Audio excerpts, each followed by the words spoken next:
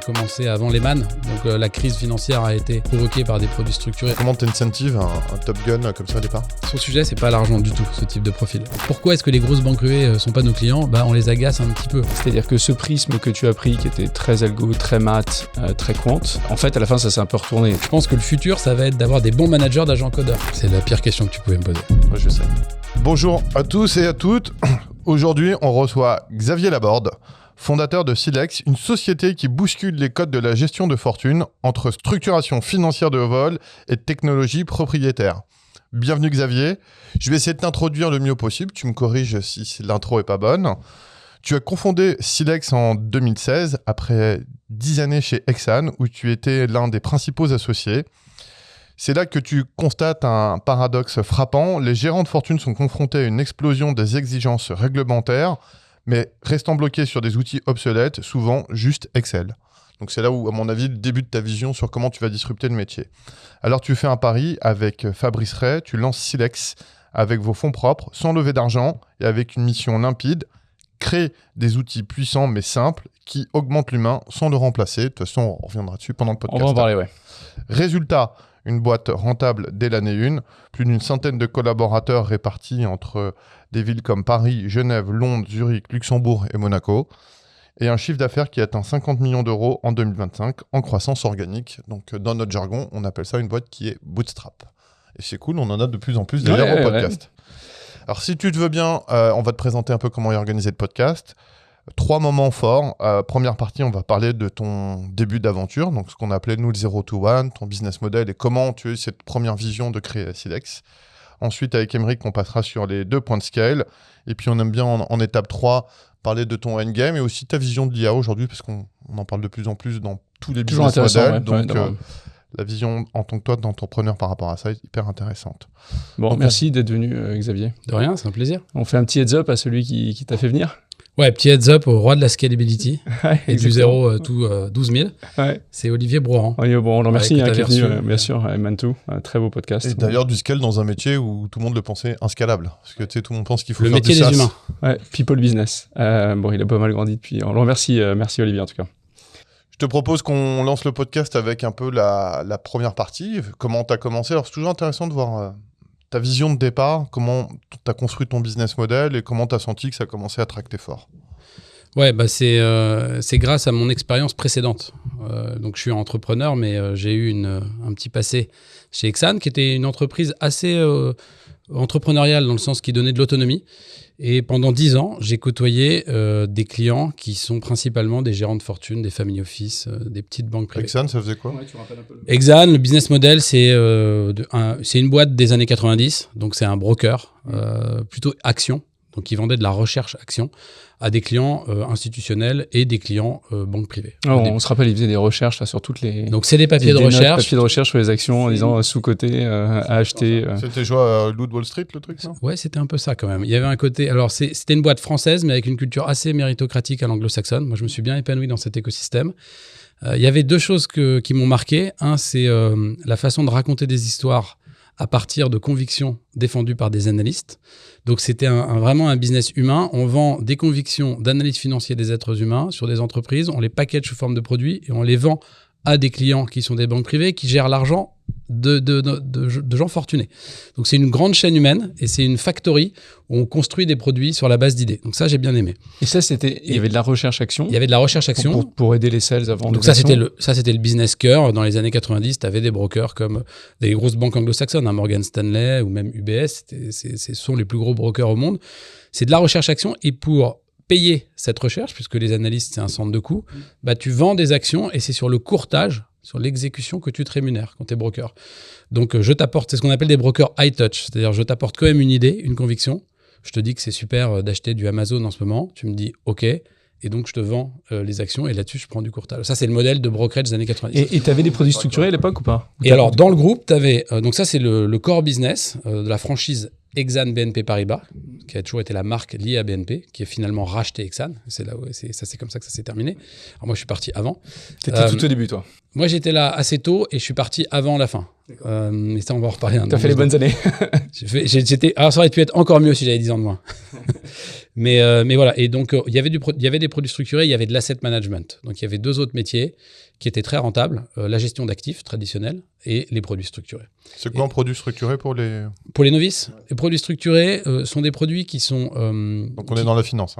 On est dans la finance de marché. On joue sur des actifs liquides, donc des actions la plupart du temps. Ça peut être autre chose, ça peut être des obligations, des taux, du pétrole. Mais le produit structuré, sa spécificité, c'est contrairement à acheter l'actif en direct, comme une action, on va jouer un scénario et grâce à des produits dérivés, souvent appelés des options pour ceux qui ont fait un tout petit peu de finance, et en les combinant, on va définir un profil de risque. Par exemple, au lieu d'acheter l'action Apple, j'ai peur d'un retournement de marché, donc... j'ai envie d'être indexé à la hausse d'Apple, mais jusqu'à un certain niveau. Et en revanche, à la baisse, je voudrais protéger mon capital si jamais Apple ne baisse pas de plus de 30 ou 40%. Donc, c'est des produits qui vont optimiser un scénario de hausse, de baisse ou rester dans un range et qui peuvent payer, par exemple, un coupon annuel. Un coupon, par exemple, de 10%. Si jamais Apple ne perd pas plus de 30% dans un an, j'encaisse 10%. Par contre, si Apple monte au-delà de 10%, j'aurai jamais plus que 10%. Oui, tu limites le risque. Donc, c'est basé sur des options qui peuvent être des options d'achat ou des options de vente en les combinant et on crée des produits qui optimisent un profil de risque de l'investisseur. Et qui sont souvent assez rémunérateurs. Qui sont historiquement rémunérateurs, qui l'ont été un peu trop. Pour ceux qui s'en souviennent, moi j'ai commencé avant Lehman. Donc la crise financière a été notamment provoquée par des produits structurés. Alors plus sur la partie... IMO, repackaging, dette, crédit, etc. Mais à la fin, c'est le même concept. C'est que c'est des produits complexes qui embarquent pas mal de risques. Le risque, il est pricé par des traders sur le marché. Les traders acceptent de prendre un risque en fonction de ce que leur permet de faire la banque qui est à la tête de cette activité. Et c'est là où il y a eu pas mal d'abus et d'excès. Tout ça, ça c'est bien normé. Moi, ça fait 20 ans maintenant que je suis dans cette industrie. Les pratiques qu'on dit en français, elles ont bien changé. Les marges se sont calmées, se sont resserrées et on est dans un business qui est mûr aujourd'hui, contrairement à l'époque. Ouais, à chaque fois, il te faut une crise pour que ça explose, quoi. Il faut que ça soit régulé. Ouais, c'est ça. C'était la même chose dans la pub aussi. Ouais, puis il y a pas mal de régulations en cours au niveau de... Ouais, ça a été très régulé parce que aussi, ça a été quand même... Tarification des produits. Oui, il y a ça. Et puis, dans l'épargne des Français, par exemple, il y a une grosse part de l'épargne des Français au-delà de l'immobilier et des fonds euros qui a été géré par des CGP qui distribuaient des produits structurés. Donc, à partir du moment où ça touche l'épargnant, le régulateur, il s'intéresse au sujet et il fait en sorte qu'il y ait des contraintes, il y ait des process et il y ait du haut contrôle des risques. Donc, pour revenir sur Silex, c'est à ce moment-là que tu commences à avoir un début de vision sur ta création ? Ouais. À cette époque-là, ce qui m'a intéressé, moi, c'est d'observer la déformation du métier de gestion de fortune, un peu partout dans le monde, et puis principalement en Europe, où on était très présent. Et moi, ce qui m'a frappé, c'était le manque d'outils digitaux de tech. Donc, c'était très marqué dans le secteur financier, ça l'est encore, mais encore plus à l'époque. Le fait que le régulateur, on vient de le dire, monte en puissance et finalement contraigne de plus en plus les banquiers, les commerciaux, sur leurs risques, leur façon de faire du reporting à leurs clients, enfin leurs practices. Donc, et puis aussi les marchés qui devenaient de plus en plus compliqués à expliquer et à gérer. Donc en fait, en observant tout ça, on s'est rendu compte avec mon associé, ça faisait longtemps qu'on en parlait, qu'il y avait de la place pour un nouvel acteur. Un acteur qui apporte justement des outils tech et des outils digitaux dont le gérant de fortune était dépourvu. Souvent, en plus, étant indépendant, il n'a pas forcément des capacités d'investissement fortes. Donc, il a besoin de s'appuyer sur un acteur indépendant. Donc, il y avait une vraie demande, un besoin. Et puis, de l'autre côté, de la valeur ajoutée en termes d'investissement, c'est-à-dire de la matière. Alors ça, j'avais bien observé chez Exane, ce dont on a parlé, c'est-à-dire venir avec des convictions, des idées, du storytelling, de la structuration. Et tout ça, en fait, si on prend la somme de tout ça, c'est beaucoup de coûts. Parce que finalement, la tech, ça coûte cher à développer.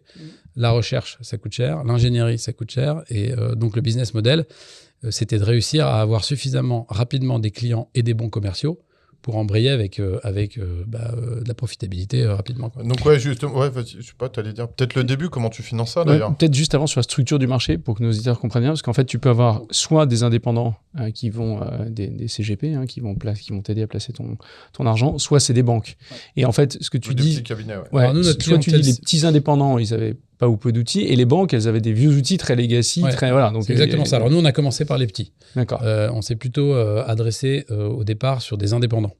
Donc ça porte le nom de CGP en France, Promotori en Italie, c'est les gérants de fortune indépendants ou tiers gérants en Suisse. C'est une grosse partie de notre clientèle dès le début, la Suisse. On est parti de la France et de la Suisse en même temps. Donc ça, c'est nos cœurs de réacteurs dès le départ. Et donc cette clientèle, effectivement, elle est indépendante. La plupart du temps, c'est des banquiers qui sont partis justement de leur banque privée pour se mettre à leur compte, un peu comme des avocats, tu vois. Et du coup, ils ont gagné l'indépendance, mais ils ont perdu la cellule de recherche, d'advisory. Alors les outils tech, il n'y en avait pas dans les banques. Donc de toute façon, ils les ont pas perdus. Et donc, on est arrivé pour leur apporter cet ensemble de La force services. de frappe d'un grand groupe sans être un grand groupe. Exactement. En fait, on s'est positionné comme un acteur indépendant et on les a encerclés dans le bon sens du terme en leur proposant de la valeur ajoutée sur la recherche et les idées d'investissement, du packaging pour pouvoir faire des produits sur mesure et une tech qui leur permette de faire plus efficacement leur métier. Où c'est malin ton modèle au début, c'est que tu vas pas cibler le client final. Non. Nous, on se concentre sur du B2B. On commence avec une Ça, c'est clientèle un qu'on changement de connaît. vision quand même. On se concentre sur du B2B et c'est ce qu'on a fait depuis le début d'ailleurs. On a développé la boîte, donc tu le disais, bootstrap, parce qu'on a commencé from scratch à 2, sans lever de capital et uniquement avec un Les premier économies, client ouais. et avec nos économies, exactement. Et on a développé ça. Alors, ce qui a été compliqué, c'est que le projet, au départ, il est ambitieux quand même. Parce que donc, ce que je suis en train de raconter, c'est plus facile maintenant. À l'époque, on est 2. Et on est en train de dire qu'on va faire un peu comme Exxon, où ils sont 1000, en plus moderne. Et en partant... Et avec 100 fois moins de thunes. Oui, exactement. Et donc, on explique ce qu'on a déroulé. On n'a pas changé d'axe. C'est que pour faire ça, on a besoin d'une boîte de tech qu'on a construite dès le début. Alors, au début, on s'est mis sur le campus de l'X, parce que mon associé est polytechnicien. Et si on revient à 2016, il y avait XUP qui avait été fait par Drahi, je ne sais pas si tu te souviens. Et on s'était mis là-bas en se disant c'est un bon endroit pour attirer des ingés. Et puis de toute façon, on va faire de la recherche, on va développer des algos. Donc on va bénéficier aussi d'un écosystème, aussi bien en termes de people que de subventions, parce que le crédit impôt recherche est intéressant en France pour le coup sur cette partie-là. Donc on a développé une boîte de tech à Paris. Et ta tech, elle était pour les systèmes ou elle était pour la recherche? C'était, alors, ou les deux, vous étiez ambitieux? On a commencé par se dire, imagine demain tu crées une boîte, donc d'abord tu as écrit un nom, Silex, il n'y a pas de storytelling, donc il faut raconter une histoire. La première histoire qu'on voulait raconter en allant chez nos clients, c'est on va vous aider grâce à des outils. Le nom Silex vient de ça d'ailleurs. C'est on va pas te remplacer toi, gérant de fortune indépendant ou banquier. C'est toi qui vas continuer à le tailler, quoi. Ouais, en fait c'est juste que tu as besoin d'outils. Parce que pour faire ton métier dans les années qui viennent, tu peux pas continuer sans avoir de la tech, sans avoir un acteur comme Silex qui va t'outiller. Et d'où le nom Silex, qui était finalement, je remplace pas l'homme, je lui apporte la pierre de Silex dans sa main, digital et tech, version revisitée de la pierre préhistorique, pour pouvoir t'aider et augmenter ton efficacité avec tes clients. Donc ça, c'est la base de la brand. Donc du coup, pour répondre à ta question, les premiers outils qu'on développe, c'est des outils d'allocation, de construction de portefeuille. Donc on arrive vers nos clients et on avait constaté que quand ils font de l'allocation, dans la façon dont ils gèrent leur... Tu peux prendre un exemple simple pour tu me donnes 1 million d'euros, tu me dis écoute, voilà, je viens de vendre ma boîte, maintenant j'aimerais construire un portefeuille, qu'est-ce que tu me proposes de faire? Où je vais investir? J'investis sur quoi? Comment tu me répartis mon million d'euros? Quel risque? Voilà. Quel risque tu veux A, B, C, D, E, F, tu fais des scénarios, quoi. Donc, quel risque tu es prêt à prendre? Ça c'est la première question, tu as raison. Et donc là, à partir de ce moment-là, c'est le banquier, son métier, c'est de faire un mandat et c'est de gérer un portefeuille avec des actions, des obligations, potentiellement de l'or, de l'immobilier. Et donc, c'est ce qu'on appelle l'allocation d'actifs. C'est combien j'alloue sur chacune de ses poches. Et là où ça devient intéressant, c'est que là, la partie quantitative, elle a son mot à dire. Parce qu'à partir du moment où tu construis un portefeuille d'actifs, et ça peut se comprendre sans avoir fait de maths, tu as des risques à l'intérieur et des corrélations entre les différents actifs. Et donc, les maths, les algos d'optimisation peuvent permettre de résoudre des problèmes qu'un être humain, avec son bon sens, ne peut pas forcément régler. Calculer automatiquement. Voilà, toi, tu vas dire, oui, intuitivement, tu vas mettre plus d'obligations, c'est moins risqué que des actions, tu vas mettre un peu d'or. Enfin, c'est ce qu'un être humain qui a des connaissances en finance va faire. Mais le sujet, c'est que les marchés sont beaucoup plus compliqués qu'avant. Et donc, tu peux avoir des risques à l'intérieur des produits, à l'intérieur des fonds que tu ne vois pas forcément et qui se corrèlent quand le marché baisse. Et c'est là où les problèmes arrivent. Donc, nous, on est arrivé avec des outils où on leur a réglé des problèmes structurelle grâce à nos premiers outils tech. Quand tu dis nous, parce que bon, on va passer vite au point de scale, mais vous étiez combien? Tu as commencé à embaucher des techniciens, enfin, tu avais mis un capital de base et tu as commencé à embaucher une petite équipe tech quand tu disais une boîte La tech. première personne qu'on a fait venir, c'est Monsieur Tech, parce que mon associé, c'est un très bon ingénieur, mais ça n'est pas un... C'est le cerveau quoi, des algos. Lui, sa formation, c'est maths, gestion quantitative, trading. Mais à partir du moment où tu développes des algos, il faut des compétences en calcul numérique et en développement. Et à l'époque où j'ai commencé, tu avais des profils qui n'existent plus aujourd'hui, ce qu'on appelait des IT quant. C'est des mecs qui sont bons pour coder, mais qui sont bons en maths aussi. Parce que ce que tu codes, c'est des formules mathématiques à partir du moment où tu fais des algos, par exemple, comme j'ai décrit. Et donc, nous, on avait rencontré un petit génie qui était PhD, qui avait travaillé sur le Mars Rover. Donc, quelqu'un qui vient de la physique, de la mécanique, des frictions. Oh, non, ouais. Et puis, on l'avait connu il y a 20 ans. Il était responsable des quants chez Odo.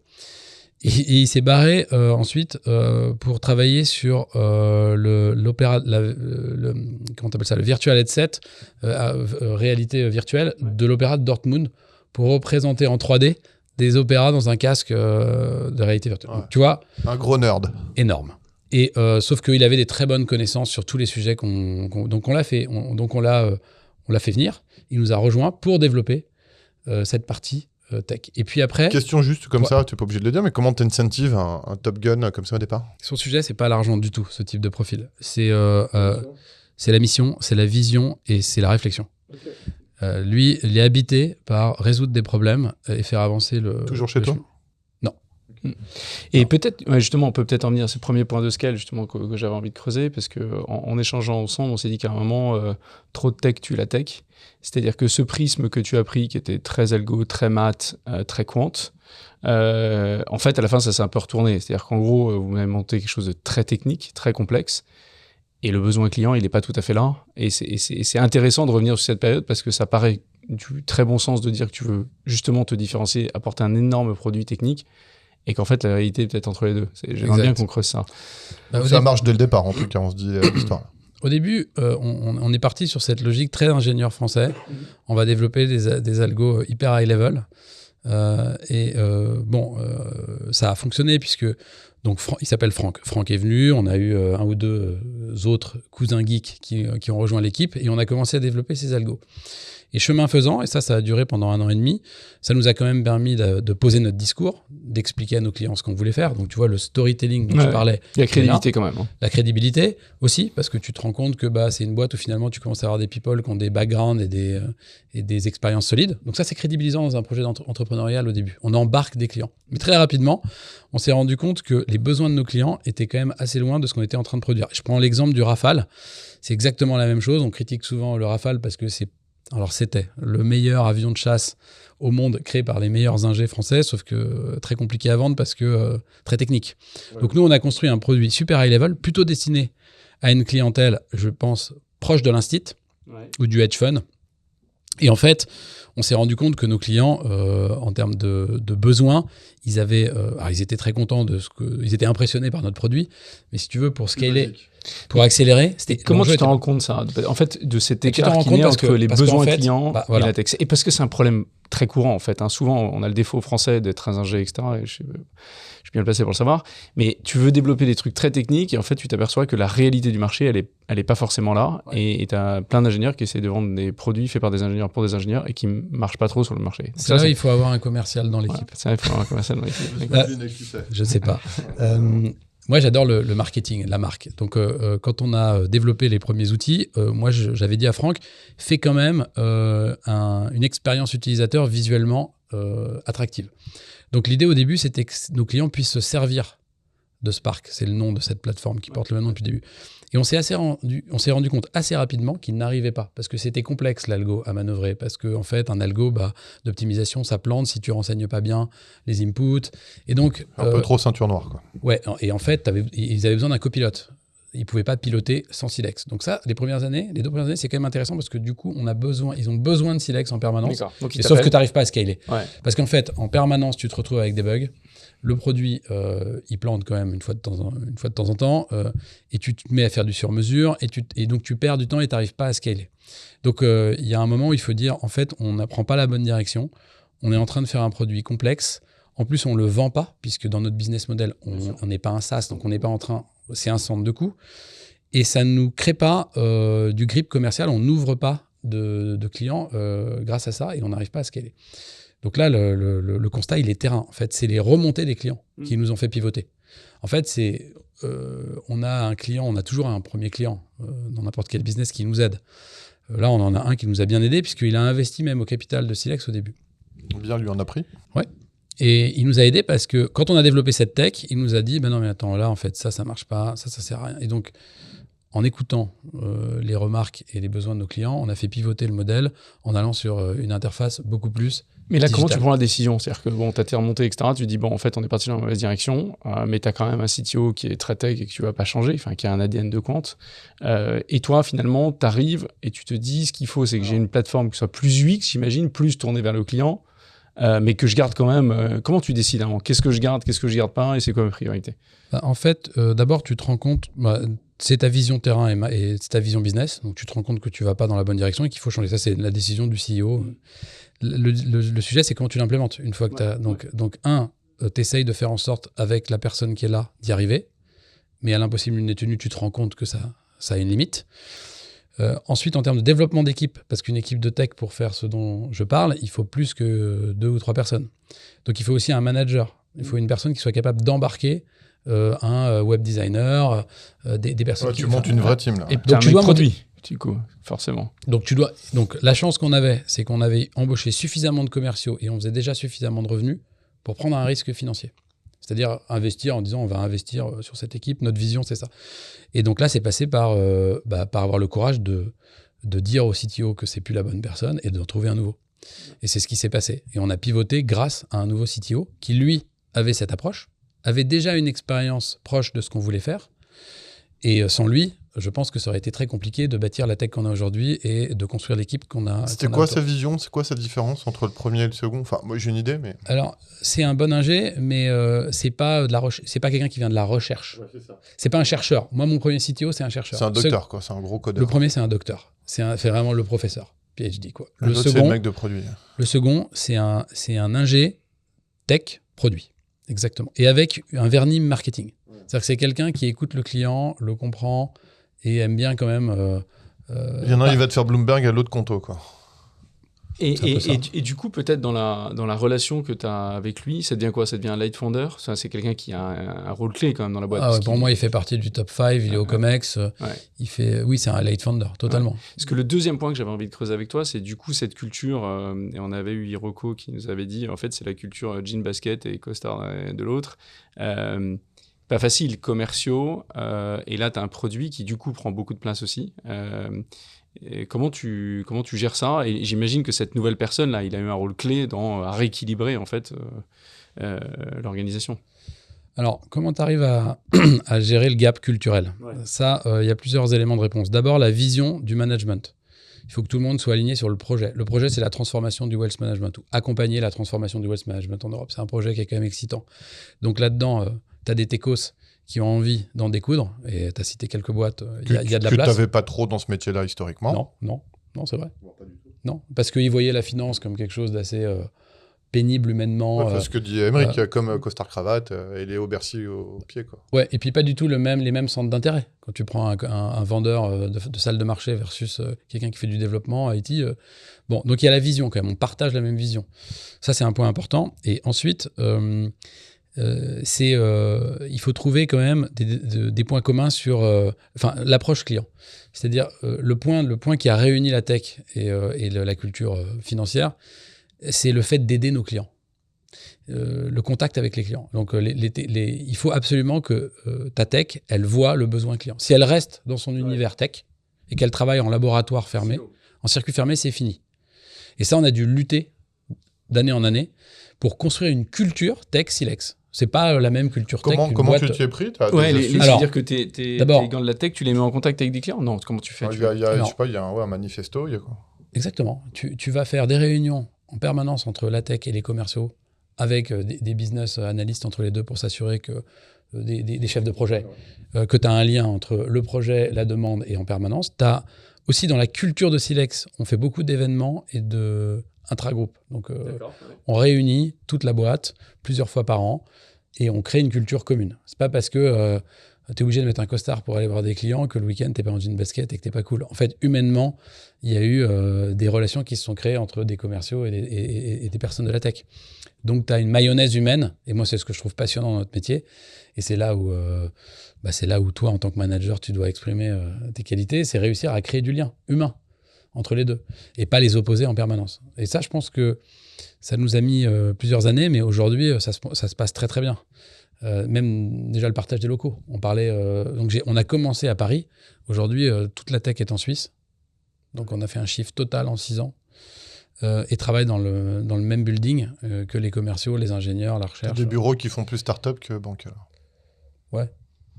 Oui. Ça se ressent, quoi. Ok, donc tu as fait cohabiter tout le monde. Et alors, parle-nous de ta vision des Daft Punk, là, parce que ça, c'est assez marrant, tu as fait un post là-dessus.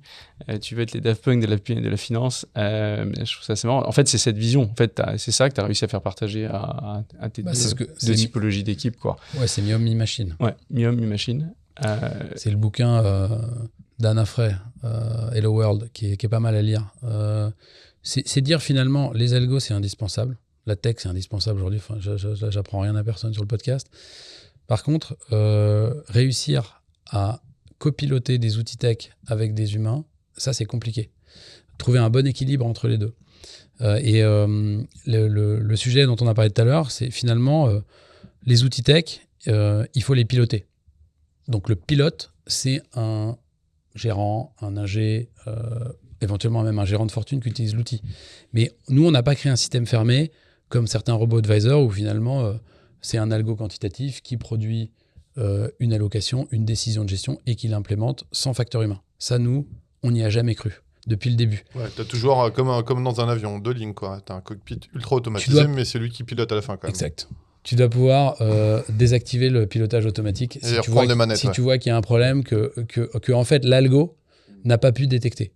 Parce que les algos sont quand même construits et développés par des êtres humains sur la base, la plupart du temps, de facteurs historiques ou de données que tu rentres en input. Donc, si l'algo il fait face à une situation inédite qui nécessite une décision qui ne se retrouve pas dans l'histoire, c'est compliqué de faire sans l'être humain. Ouais, puis tu as un peu un marché qui était à la fois en attente quand t'es client d'un peu plus de modernité, d'outils et tout, et par ailleurs, tu n'as quand même pas envie d'aller toi-même paramétrer les outils. Voilà. Donc, tu as forcément besoin d'un middleman qui est plus technique et qui fait l'interface, qui comprend ton besoin, qui est sympa, qui a un côté aussi empathique, mais qui est technique et qui sait utiliser l'outil et bien le paramétrer, en fait. Exact.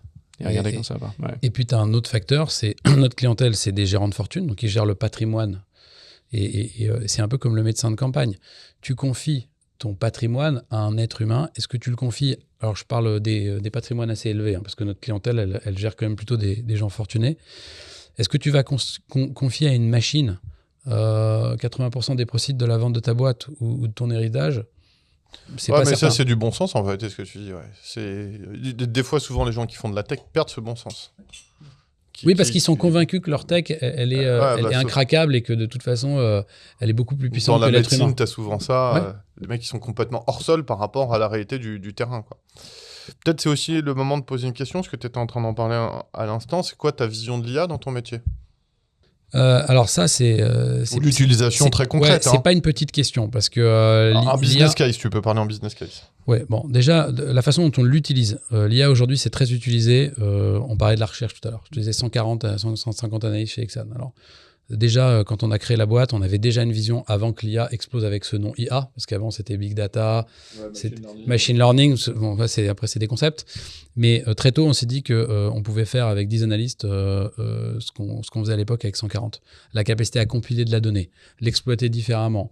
Aujourd'hui, avec l'IA, tu n'as pas besoin de faire un doc, de faire travailler 3 analystes pendant une semaine et produire un doc de 30 pages. C'est évidemment obsolète. Ça, c'est l'usage un peu que tout le monde a pour le moment, quoi. Ouais, mais c'est un usage qui est quand même très efficace. Qui fait gagner du temps. Très efficace par rapport aux équipes marketing, aux équipes, je disais, recherche. Donc ça, c'est basique, mais c'est utilisé. Ensuite, il y a l'IA, un step au-dessus, qui est la capacité de l'IA à comprendre les habitudes d'investissement de nos clients et proposer des solutions ou une allocation ou une déformation de la construction du portefeuille par rapport à ça. Donc ça, on commence à le faire.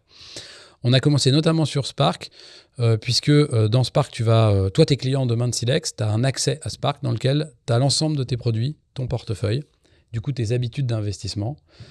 Tu reçois des produits, tu likes pas. Donc on commence à analyser le behavior de nos clients et à proposer petit à petit de la personnalisation. Et ça, là-dessus, des algos d'IA, ça sert à quelque chose. Et dernière chose, les codeurs. Donc sur la tech, les agents codeurs, par exemple, si je prends juste l'exemple de l'agent codeur, on commence à utiliser des agents codeurs. Tu peux expliquer ce que c'est un agent codeur ? Au lieu d'avoir un codeur personne humain, physique, humain qui va coder un certain nombre de specs, on utilise un agent codeur IA qui le fait. Il est managé par un être humain. Donc on reprend le rapport homme-machine. Je pense que le futur, ça va être d'avoir des bons managers d'agents codeurs. Intéressant. Répète ta phrase là. Je l'aime bien celle-là. D'avoir des bons managers d'agents codeurs. Ouais. Ça peut faire une bonne punchline. Tu regardes d'ailleurs, c'est là où tu as les plus gros gains. Tu vois l'explosion de Cursor. Cursor, tu peux expliquer ? C'est des outils notamment qui t'aident à coder. C'est comme du copilot pour le coding, quoi. Et donc ça te fait une grosse partie du code, même plus de base du code structuré. Enfin, je suis pas un hyper spécialiste, mais en tout cas, tu vois que les gros shifts dans la tech sont faits là pour les codeurs. Après, il reste toute l'architecture, les specs, etc. Peut-être ta vision là où tu veux aller maintenant avec Silex ? Alors, déjà, il y a deux axes. Il y a le premier axe, c'est la croissance organique. Donc, on a accéléré sur un business model qui n'a pas changé depuis le premier jour. Je ne l'ai même pas expliqué, donc peut-être je le reviens dessus rapidement. Nous, nos revenus les revenus de la boîte viennent des produits qu'on construit pour nos clients, donc les produits structurés dont on a parlé tout à l'heure. Donc, notre métier, c'est structurer les produits et grâce à une équipe de vente, les distribuer à nos clients B2B.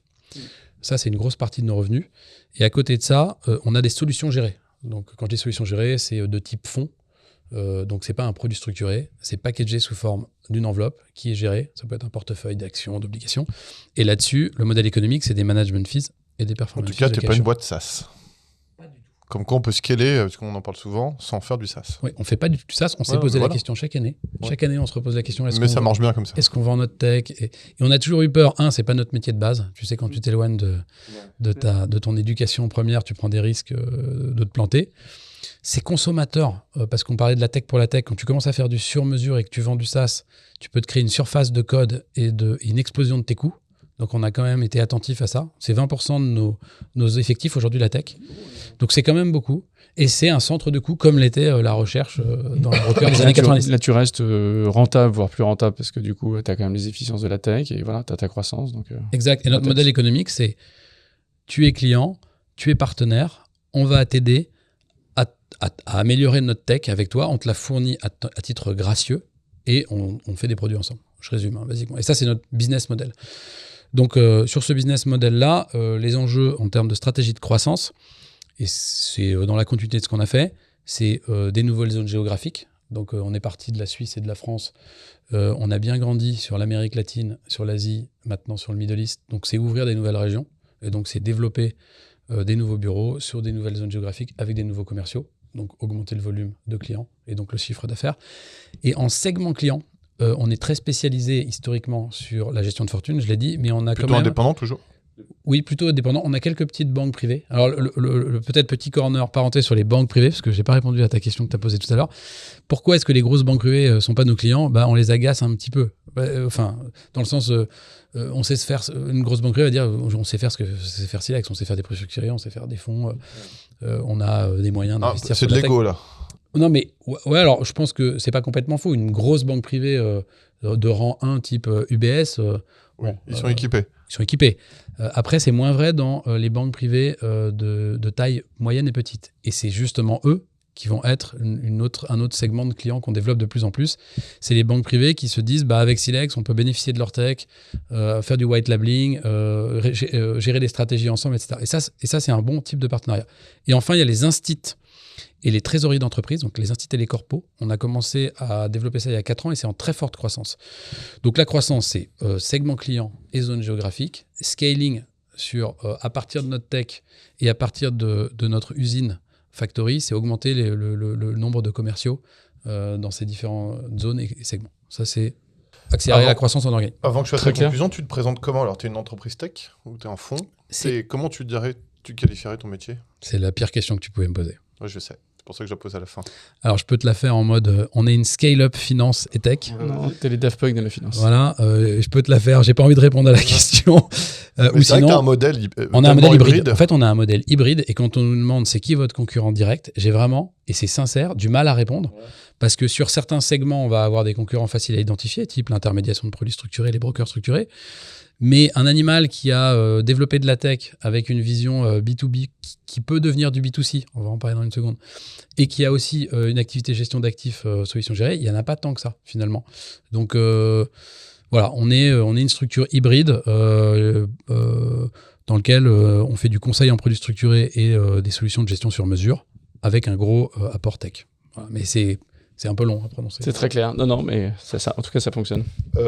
Conclusion, 2 points que j'ai retenus. Alors, c'est pas vraiment un point de conclusion, mais j'aime bien ta stratégie. Tu sais, j'avais lu un bouquin qui s'appelait La stratégie de l'océan bleu. Je crois que c'est un bouquin assez connu où tu sais, l'océan rouge, c'est là où tout le monde se fight. Tu prends les jeux vidéo, c'est course au graphisme, microprocesseur ultra puissant. Et puis, tu as Nintendo qui est arrivé et qui a dit je vais faire tout l'inverse. Et j'ai l'impression, quand j'ai entendu ton histoire au début, c'est un peu ce que tu as fait dans ce métier-là. Tu as dit ça c'est cool, et tout ce qui n'était pas cool, toi, tu as complètement inversé la tendance, quoi. Je vais mettre de la tech là où il n'y en a pas.